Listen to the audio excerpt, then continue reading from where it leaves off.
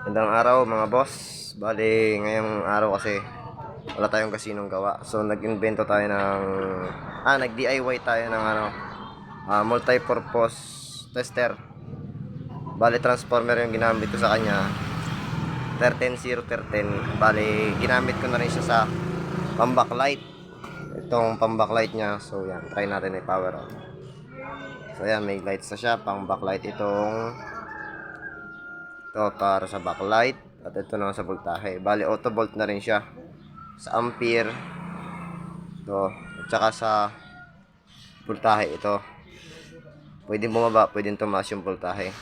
Bali ginamit ko siya, pwede na rin siya pan-charge ng battery. So ito may clamp na rin siyang kasama. Tapos ito naman sa mga panggawa naman natin ng receiver at saka ng mga 12 volts speaker. So ito naman yung ginagamit natin pang testa kanila. Bali ito yung output. Ito. Yan. Ito yung output na pwedeng kontrolin. Teka lang. Ayan, yan.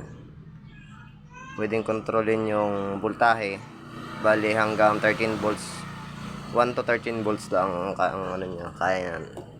So yung positive naman ito yung nagbabago natin ng voltahe. Pwede din naman siyang gamitin pang backlight. Ang kasama niya naman ay itong isa. Ito sa backlight naman ito.